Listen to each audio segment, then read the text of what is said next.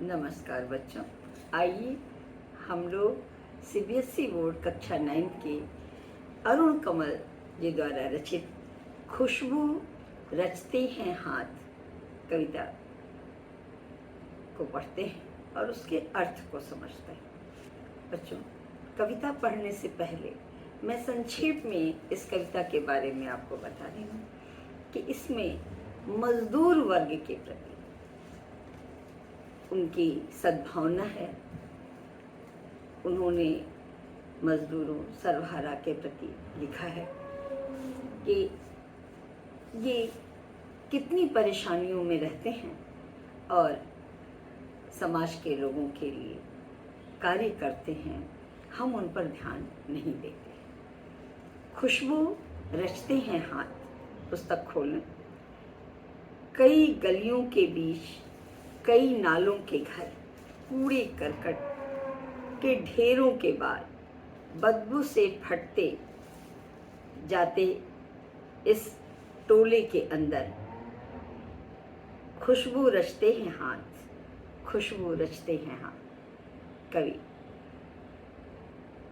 बता रहा है कि खुशबू रचने वाले हाथ कितनी गंदी गलियों में रहते हैं। नाले हैं और नालों के पास वो किसी तरह झोपड़ी बना करके रह रहे हैं और अगरबत्ती जो कि खुशबू बिखेरती है, जिसको लेकर के हम लोग अपने पूजा घर में चढ़ा करके भगवान से अपने लिए प्रार्थना करते हैं, उन खुशबू को रचने वाले हाथ कितनी गंदे स्थानों पर कितनी मुश्किलों से रह रहे हैं। कवि इस स्थिति को उभार रहे हैं। क्या कहते हैं? कई गलियों के बीच कई नालों के पार कूड़े करकट के ढेरों के बाद, कि कभी वहाँ जाके देखते हैं कि ये जो खुशबू बनाने वाले हैं वो कहाँ रहते हैं, तो कई गलियों को पार करते हैं, पतली सकरी गलियाँ, नाले पड़ रहे हैं गंदे गंदे, कूड़े करकटों का ढेर है और वहाँ जा कर के देखते हैं कि पूरे टोले बने हुए हैं, झोपड़ियाँ छोटी छोटी हैं और उस गंदगी में रह कर के मजदूर वर्ग अगरबत्ती बनाने का कार्य कर रहे हैं। ये हाथ खुशबू रच रहे हैं।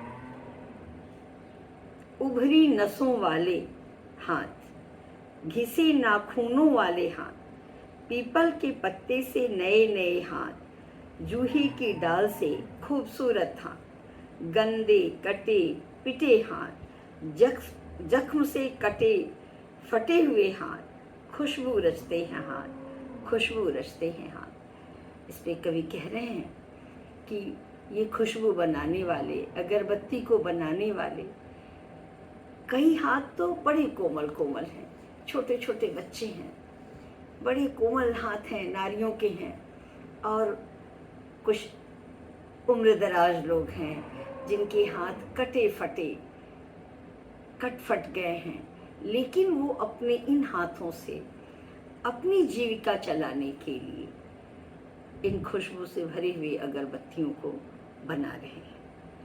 उभरी नसों वाले काम करते करते उन गरीबों के, उनको कि भोजन अच्छे से नहीं मिल पा रहा है, उनको पूरी मजदूरी नहीं मिलती है बच्चों, बनवाने वाले उनसे बनवाते हैं और उसे ले आकर के बाजार में बेचते हैं, वो पैसा बिचौलिए कमाते हैं। तो उभरी नसों वाले, जिनकी नसें उभर गई हैं, मोटी मोटी नसें दिखाई दे रही हैं, नाखून बनाते बनाते घिस से गए हैं, पीपल के पत्ते नए नए हाथ, जैसे पीपल के कोमल पत्ते हों ऐसे छोटे छोटे बच्चे अपने नए नए हाथों से बना रहे हैं। जूही की डाल से खूबसूरत हाथ, जैसे जूही की कली होती है, जूही की डाल होती है, वैसे ही कलियों जैसे किशोरियों के, लड़कियों के, नई नई जो औरतें हैं उनके हाथ हैं, कुछ बुजुर्ग हैं, कुछ उम्र दराज लोग हैं जिनके हाथ काम करते करते कट फट गए हैं।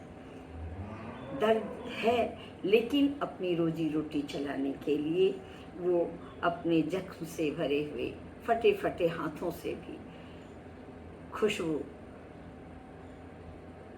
रच रहे हैं, अर्थात अगरबत्तियों को बना रहे हैं। तो बेटा अर्थ तो बहुत ही सरल है, लिख लीजिए, लेकिन प्रश्न इस पर लगातार ये आएगा कि इन हाथों से कवि का क्या तात्पर्य है। जैसे कोमल कोमल, तो कोमल कोमल हाथ छोटे छोटे बच्चों के हैं जो पीपल के पत्ते जैसे कोमल हैं। जूही की कली जैसे हाथ, तो वो नारियों के हाथ हैं। कटे फटे हाथ जो बुजुर्ग हैं, काम करते करते जिनके हाथ कट फट गए हैं, लेकिन वो अपनी जीविका चलाने के लिए अगरबत्तियों को बना रहे हैं। कवि उनकी दशा को हमें दिखाना चाहते हैं, और मुख्य उद्देश्य क्या है बेटा कि वो सरकार का ध्यान, समाज का ध्यान, हमारे जैसे लोगों का ध्यान ये दिलाना चाहते हैं कि ये जो खुशबू बनाने वाले लोग हैं वो कहाँ रहते हैं, कैसे रहते हैं, इन पर हमें ध्यान देना चाहिए। इस तरह बेटा इतनी अंश को आप पढ़िए, इसके अर्थ को लिखिए, इस पर प्रश्नोत्तर बनाइए। अगला वीडियो अगले अंक में मैं दूंगी। तब तक के लिए बच्चों बहुत बहुत धन्यवाद।